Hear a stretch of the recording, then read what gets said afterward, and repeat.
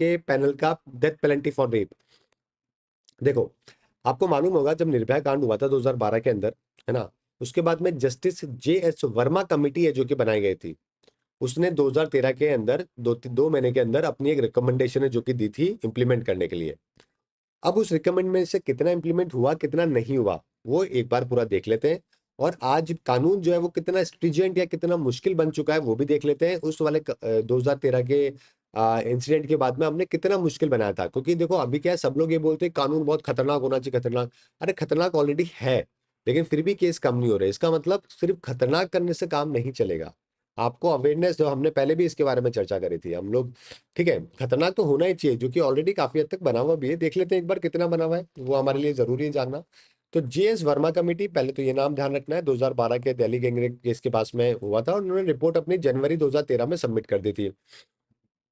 ठीक है, तो कमिटी ने तो ये बोल दिया था कि भाई डेथ पेनल्टी जो है ना, उसको सपोर्ट नहीं किया था। इनफैक्ट जो रेयरेस्ट ऑफ रेयर केस है ना, उसके अंदर भी नहीं किया था।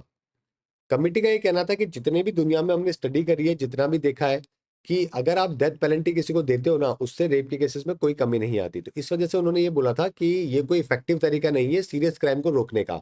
तो उन्होंने सजेस्ट ही नहीं किया था, पहली बात तो डेथ पेनल्टी। ठीक है, जब ये गवर्नमेंट के पास में रिपोर्ट आई तो उन्होंने इसको एक्सेप्ट नहीं किया। उन्होंने कहा कि नहीं, डेथ पेनल्टी तो हमें रखनी ही रखनी पड़ेगी। तो उन्होंने जो है इस कानून के अंदर डेथ पेनल्टी को इंट्रोड्यूस कर दिया। समझ गए?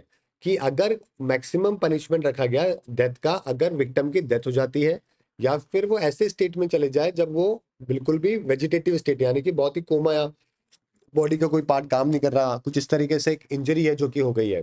समझ गए? तो थोड़ा ये बोला गया कि अगर रेप हो गया और उसके अंदर किसी की डेथ हो गई है, मर्डर कर दिया गया है, फिर विक्टिम के कंडीशन सही नहीं है, तो ऐसे केस में डेथ पेनल्टी मिलेगी। समझ गए? साथ में ये तो पहली बात हो गई। तो कमिटी ने बोला डेथ पेनल्टी नहीं होगी, लेकिन सरकार ने डेथ पेनल्टी इंट्रोड्यूस करी। अच्छी बात है, कोई दिक्कत नहीं है। दूसरा, वर्मा कमेटी ने मैरिटल रेप के बारे में बात करी थी कि हमें देश के अंदर मैरिटल रेप को भी जो है वो इंट्रोड्यूस करना चाहिए, जो कि आज के टाइम पे नहीं है। कोई भी पर्सन, अगर वो शादीशुदा हो या नहीं हो, अगर वो जबरदस्ती सेक्सुअली किसी को कोशिश कर रहा है, तो वो शादीशुदा हो नहीं हो, दोनों ही सेम बात है। समझ गए? तो प्रिपेट्रेटर और विक्टिम के बीच में क्या रिलेशनशिप है, ये मैटर नहीं करना चाहिए। समझ गए? Rape is a rape. तो ये वर्मा कमेटी के द्वारा बोला गया था, लेकिन यूनियन गवर्नमेंट ने इसको भी एक्सेप्ट नहीं किया था और क्रिमिनलाइज करने के लिए मना कर दिया मैरिटल रेप को। तो ये दो चीजें जो है वो, एक बोला गया उसको नहीं माना गया, जिसने उन्होंने जिस चीज को मानने के लिए बोला वो उन्होंने चेंज कर दिया। ये दो चीजों के ऊपर जो है वर्मा कमेटी में और सरकार ने जो इम्प्लीमेंटेशन किया, दोनों में डिफरेंसेस थे। ठीक है, साथ में जेंडर राइट्स के बारे में बात करी गई थी कि महिलाओं का जो एम्पावरमेंट है वो सिर्फ पॉलिटिकली इक्वलिटी के बारे में नहीं, सोशल, एजुकेशनल और इकोनॉमिक इक्वलिटी भी मेंटेन करना बहुत जरूरी है, तभी हमारे केसेस यहाँ पे कम होंगे। हमारे यहाँ पे सिर्फ लीगल को रिफॉर्म करने से ही काम नहीं चलेगा, नेसेसरी है कि सोसाइटी के अंदर एटीट्यूड और सिस्टमेटिक चेंजेस करना बहुत ही जरूरी है, ताकि ट्रू जेंडर इक्वलिटी है जो कि हो सके। समझ गए? ये यहाँ पे बोला गया। ठीक है, और साथ में ये भी बोला गया कि अगर एक चीज और यहाँ पे रखी गई थी, अगर आप देखोगे कि 18 साल से कम अगर, है ना, कोई अगर रेप केसेस है उसके अंदर जो है ये इसमें डेथ पेनल्टी का प्रावधान है जो कि एड ऑन कर दिया गया था। तो आईपीसी का जो सेक्शन था 376A, उसके अंदर ये बोला गया था, 2018 में ये इंट्रोड्यूस किया गया था कि जो मैक्सिमम पनिशमेंट होगा, अगर 12 साल से कम उम्र में अगर किसी के गैंगरेप होता है, तो क्या होगा, उसके अंदर डेथ पेनल्टी मिल सकती है या फिर लाइफ लॉन्ग इम्प्रिजनमेंट है जो कि मिलेगा, अगर 16 साल से कम उम्र है तो। अब जो भारतीय न्याय संहिता जो लॉन्च करी गई है, जिसके अंदर आपके जो सेक्शन है वो 64, 65 और 70 डाले गए हैं, उसमें पनिशमेंट जो है वो 18 साल से नीचे के अंदर डेथ पेनल्टी का डाल दिया गया है। जस्टिस वर्मा कमेटी ने पनिशमेंट को बहुत ही मुश्किल बना दिया था। उन्होंने भी स्ट्रिजेंट किया था कि 7 साल जो पहले पनिशमेंट था उसको बढ़ा के 10 साल कर दिया गया, 20 साल कर दिया गया, और लाइफ इम्प्रिजमेंट भी जो है वो डाल दिया गया था रेप केसेस के अंदर। तो ऑलरेडी केस वो तो काफी स्ट्रांग बना दिया, डेथ पेनल्टी भी डाल दी गई थी।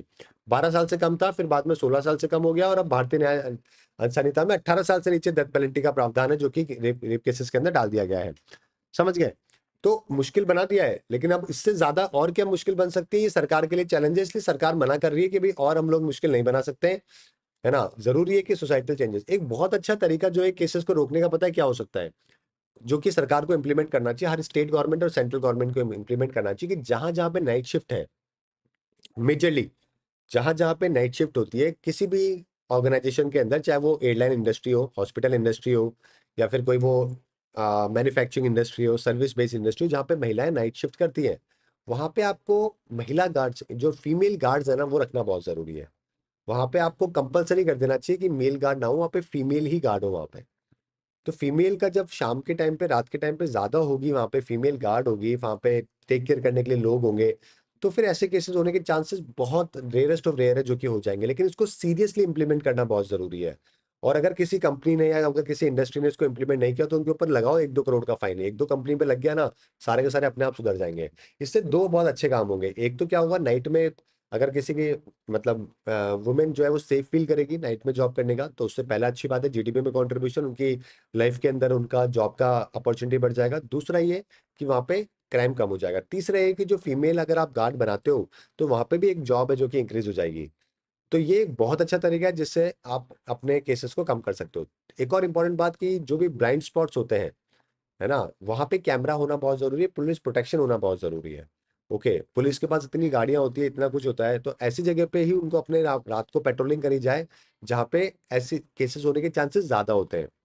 ओके, चाहे वो स्पेशल फोर्सेज या स्पेशल छोटी सी चौकी बनानी पड़े, चाहे 2 आदमियों की, ये सब अगर काम होने लग गए ना, तो मुझे लगता है कि इसको इजीली कंट्रोल किया जा सकता है। It is just about the will power. सरकार की कितनी विल पावर है वो देखना जरूरी है बस, इसके अलावा अदरवाइज इन सब चीजों को रोका जा सकता है। ठीक है, चलिए आगे बात करते हैं। नेक्स्ट है पेज नंबर 14। पेज नंबर 14 की बात करें, तो यहाँ पे टेलीग्राम के जो सीईओ है, टेलीग्राम जो कि आप काफी काम में लेते हो दिन रात, मूवीज देखने के लिए, कई सारा कंटेंट के लिए, तो आपको मालूम ही है, तो टेलीग्राम तो डुप्लीकेसी का एक बहुत बड़ा चैनल बन चुका है आज के टाइम पे। मूवीज रिलीज होती है और टेलीग्राम पे आ जाती है। पेरिस एयरपोर्ट पे इनको पकड़ लिया गया है ना। पावेल डुरोव जो है, ये रशियन है वैसे तो, कह रहे हैं इनकी